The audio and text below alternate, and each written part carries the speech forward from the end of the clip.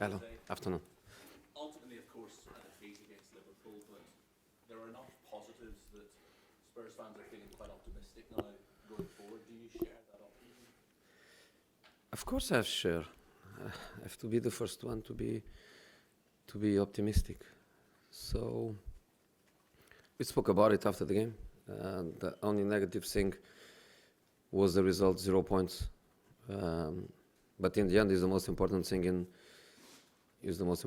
in football, and we took nothing out of the game. But if you want to look at it with a different perspective, which we have also too, lots of positives, yeah. What are for you those positives? The positives were a team in a very difficult situation, playing as a team playing against the best team by far in the country, and for long periods of the game we were not inferior, and for some period we were the strongest team. A debut of a young kid from the academy, English, against people like Salah and Mane, which are obviously in the group of the top players in the world. Good empathy from players and supporters, which is not easy when the season is not a good season, and the result is even a defeat. Better levels of concentration, which makes me feel that what I'm crying for, which is time to work,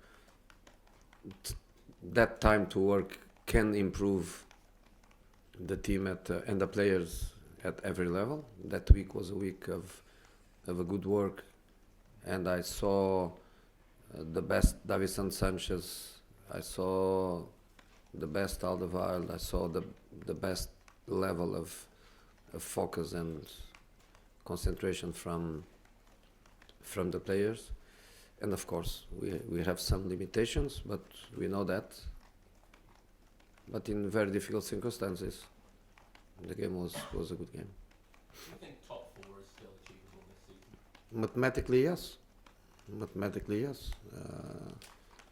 Of course, the distance is important. We don't need just to win matches. We need also opponents to lose matches. We know that we are not in this moment powerful enough to believe that we are going to win every match. We are not powerful enough to be competing in three different competitions where we still are. Really difficult situation for us, but I prefer not to think about it's possible or it's not possible. The only way that I can answer to you is to say that mathematically it's possible, and I prefer to look match after match, even looking to an FA Cup match tomorrow, and the only thing I can tell you, and this I'm maybe anticipating some question that comes later, is that while, for example, Liverpool could change 10 players for a FA Cup match, I can tell you that the only player that is not selected is Alderweireld. He's the only one that I can give a rest, because I have options behind. I can play with Vertonghen, I can play with Tanganga, I can play with Foyt, I can play with Sanchez. So he's the only player that I could say goodbye, take 2 days off. Apart of that, we are in our limits and everybody has to go. Well, speaking of options, can I ask about Jedson Fernandez? Is he at the training ground today? Are you expecting that deal to be completed soon? I'm waiting for news, but when I say I'm waiting, news can come or no. And again, I'm more worried about Middlesbrough than with the market. Of course, with the rules, even if you get a player, you cannot play him in a replay, The players that can play are the players that were legally ready for the first game, not for the replay. So I'm in this moment I'm not interested in Jetson or in any other possible player that can come. For those that don't follow the Portuguese league closely, what can you tell us about him? What sort of player is Spurs getting? I cannot answer because I don't know if you are getting. He's a Benfica player. I don't think my friend Benfica coach and Benfica president, both my friends, I don't think they would be very happy if I speak about one of their players. Do you think the priority this month is still to bring in a striker? 'Cause that was clearly lacking against Liverpool. The priority this month is to win tomorrow. Difficult match. Championship teams, we know what they can do. We know what Fulham did to Villa. We know that Leeds almost did to Arsenal. We know what Middlesbrough did to us. Difficult match, and in our situation, we are in our limits. And incredible effort against Liverpool 2 days ago, and players brought to a level of intensity in that game that they are not used to, because Liverpool is really strong at that level, and the players, they gave absolutely everything. And to imagine that people has to play tomorrow and then Saturday again, really hard. It was noticeable on Saturday after the game that Christian Eriksen took a little bit longer to applaud the fans after the match. As he played his last game for Spurs, it seemed like a farewell on Saturday. He plays tomorrow. Plays tomorrow. Yeah. After that, are you expecting to leave after that? After that, I have a match on Saturday and maybe plays Saturday again. I cannot tell you much more than that. Again, we are in our limits. We have very, very important injuries, and every player that we have is a player that has to be ready to help the team. We are not in conditions to think anything different than that. You've got no concerns over his commitment, the effort he's putting in for Tottenham at the moment? Why? A lot of people after the game were saying it was noticeable that Christian Eriksen didn't put in his best performance against Liverpool, that it seems as if he's almost... Yeah, one thing is not to put his best performance, and that is Christian Eriksen and so many players around the world that you have for different reasons, better seasons than others, better matches than others. If you ask me if I think this is the best Christian Eriksen, I have to be honest and say no. If you ask me the reasons, if I know the reasons, I'm not an idiot. I am in football for many years, and I know clearly that a player in this situation is not a player that is, even if he wants, I'm not blaming the player, I'm not criticizing the player, I'm just saying that it's normal that a player in this situation doesn't perform at the highest level. But I can also say that he's helping us in matches that he's playing with us.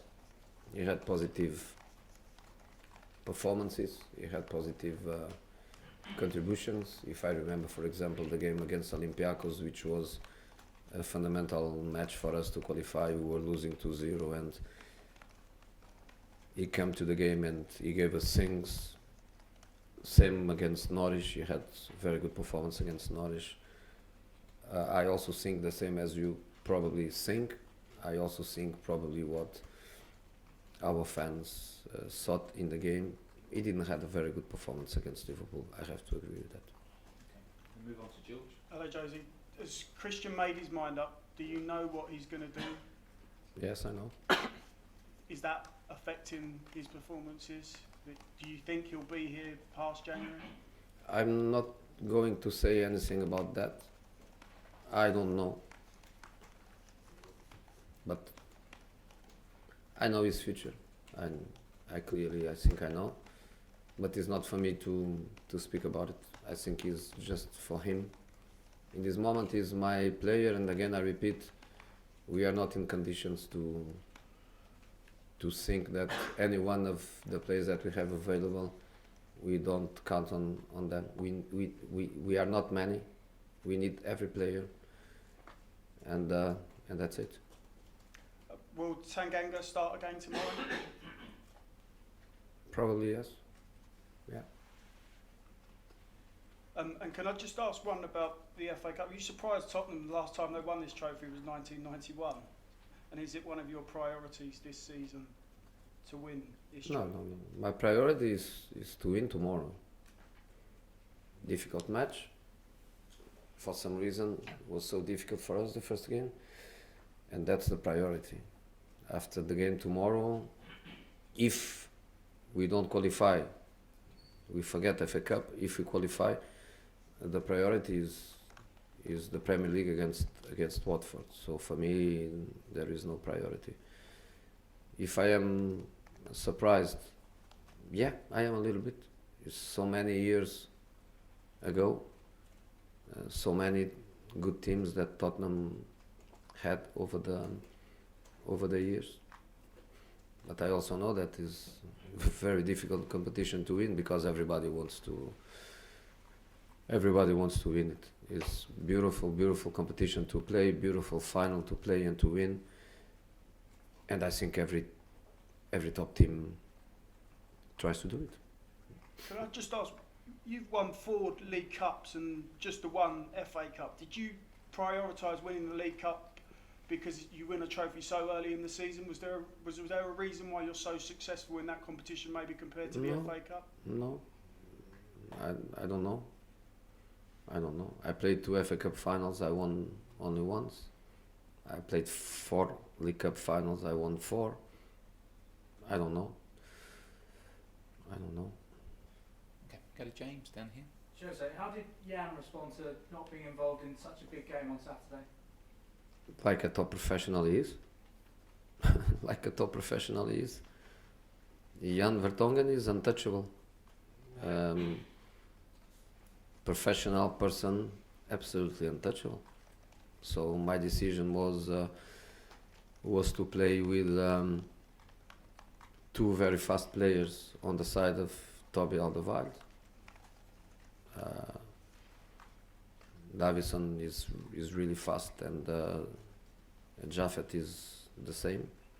And the decision was with people like Salah and Mane. The most difficult thing for a defender is to cope with their speed and the way they attack from the outside to the inside. The movements that Firmino makes to create these spaces for them. And I think my decision was correct. Sometimes we have the feeling that we should do a different way.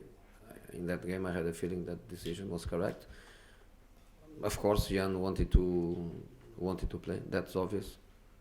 But since I arrived, professional from day one, and tomorrow is back to the team. Just finally from me, in terms of players potentially coming in and strikers, is that the most difficult position to get right in terms of bringing a player coming in, especially when you consider the extra costs that are involved in that as well? I think this market in January is a strange market. Sometimes the opportunities are there and sometimes opportunities are not there. And sometimes clubs are ready to sell, to loan, other times clubs are not, and it's not an easy one. I think it's just the window of opportunity. And sometimes the opportunity is there and sometimes it's not there. Okay, go to Kerry. Jose, you talked about the players that had really improved with a little bit more time to practice your tactics. You are a huge admirer of the Premier League, of the FA Cup and the history of the FA Cup, but is this fixture schedule really affecting what coaches really can do with a team and the quality of the games that we're seeing? I think we all wanted more time to work but competition is competition. I would even think that in a normal situation, which is not my case, because I don't think it's normal when a coach comes in the middle of the season. The normal is when you start the season. What we would like, I think I can speak in behalf of every coach in the world, we would like a good preseason. And when you have a good preseason, when you have a preseason of 1 month, 5 weeks, 6 weeks, to work with your players, to try things, to develop things, to play friendly matches, don't care with the results. When you have this, it's fantastic because you build something solid for the rest of the season. We don't have that anymore. I'm just imagining my next preseason, and again, will happen to all of us. Next preseason will start without the players that are in the Euros. So, and I think if a player reach the semi-finals of the Euros, if a club gives the player the minimum that is acceptable, which is 3 weeks, that means that the player is back in the same week the Premier League starts. So that's football today. It is what it is. Do you worry about the welfare of your players, the longevity of their careers? I am, but I have to be a little bit selfish, and instead of look to the longevity of their career, I look to their availability now, and you see how many injuries you find in this moment. But at the same time, medicine is evolving, and they can be back early. You say that. Can you give us an update on Harry Kane? And also, do you believe if you don't have get a replacement in for him in this window that you can still get to top four with the players that you have rotating in that forward role? We try the best we can. News on Harry we don't have, and if you ask me every time I come here, the answer will be always the same. We expect him to be out until, I don't know, mid-April or end of April, or who knows, May or next season, I don't know. I have no updates to give on Harry. Okay, one question each from Ali and then Charlie, and we finish. Ali first. Jose, obviously Jeff Tenganga's performance got the fans very excited, obviously a homegrown player, but there's a fear that among them that the club might still lose him in the summer because of his contract situation. Has there been any update on that? The contract situation of? Jeff Tenganga. What is the contract situation? Currently it ends at the end of this season. Wrong. Uh-huh. Yeah, wrong. Don't worry, because it's wrong. Finish with Charlie. You mentioned you've got quite a few options. Do you think I was going to play him if he finished his contract in the end of the season? I presume he was in the talk. Charlie, last one in the newspapers. Charlie. Jose, you talked about having different options at centre back, and we've seen back three and back four various times. Is that something that will continue, do you think, switching between those different systems? Look, if you want to know what I wanted to do here, you look to my first game against West Ham. That's the way I thought I was going to develop the team. Defend with the back four, attack with the back three.